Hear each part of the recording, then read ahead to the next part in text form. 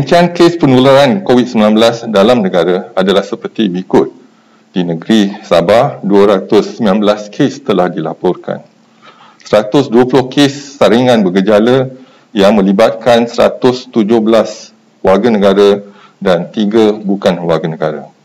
3 kes saringan komuniti yang melibatkan warga negara. 30 kes daripada saringan kluster bangau-bangau yang melibatkan 10 warga negara dan 20 bukan warga negara. 19 kes daripada kluster baru iaitu kluster ramai-ramai yang melibatkan warga negara.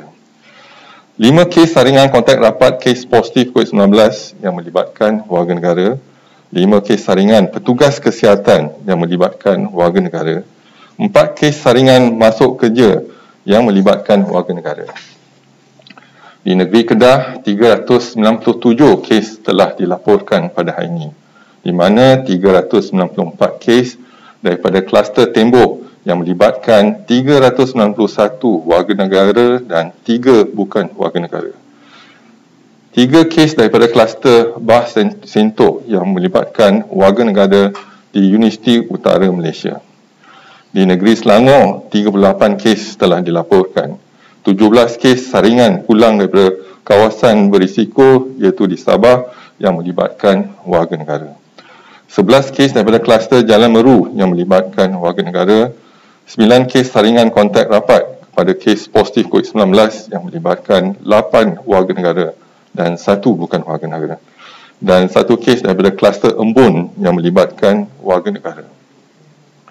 Di negeri Perak pula, 8 kes telah dikesan. 7 kes daripada kluster baru iaitu kluster Batu yang melibatkan warga negara dan 1 kes saringan pulang daripada Sabah yang melibatkan warga negara. Di negeri Sembilan, 7 kes saringan telah dikesan iaitu pulang dari Sabah yang melibatkan warga negara. Di negeri Johor, 6 kes telah dilaporkan melibatkan 3 kes saringan pulang dari kawasan berisiko iaitu di Sabah melibatkan warga negara dan 3 kes daripada kluster Jalan Meru yang melibatkan warga negara. Di wilayah Persekutuan Kuala Lumpur, 4 kes telah dilaporkan. 1 kes saringan pulang dari Sabah yang melibatkan warga negara. 1 kes daripada kluster Jalan Meru yang melibatkan warga negara. 1 kes saringan pra-pembedahan yang melibatkan warga negara dan 1 kes saringan kontak rapat kepada kes positif COVID-19 yang melibatkan warga negara.